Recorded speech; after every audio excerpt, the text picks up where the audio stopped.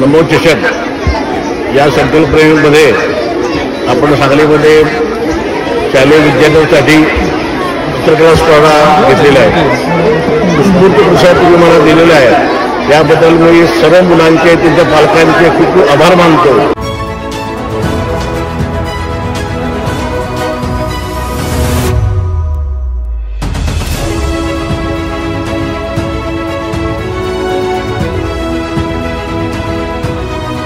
मी इथे नमो चषक स्पर्धेमध्ये आलेले माझ्या मुलीसाठी आणि इथे खूपच उत्साहाचं आणि खूपच आनंदी वातावरण आहे। माझ्या मुलीने खूप एन्जॉय केलं इथे येऊन, तिला खूप छान वाटतंय आणि भाजपनी असंच छान सगळ्यांना प्रोत्साहन द्यावं, मुलांचे चांगलं करावं असं मला नेहमीच वाटतं। आजच्या कार्यक्रमाबद्दल माननीय सुधीर दादा गाडगे यांचे आणि त्यांच्या अख्ख्या टीमचे, तुमच्यासारख्या नवीन युवा कार्यकर्त्यांचे खूप खूप आभार। मुलांना असे प्रोत्साहन देणारे कार्यक्रम तुम्ही राबवताय त्याबद्दल खरंच खूप छान वाटलं।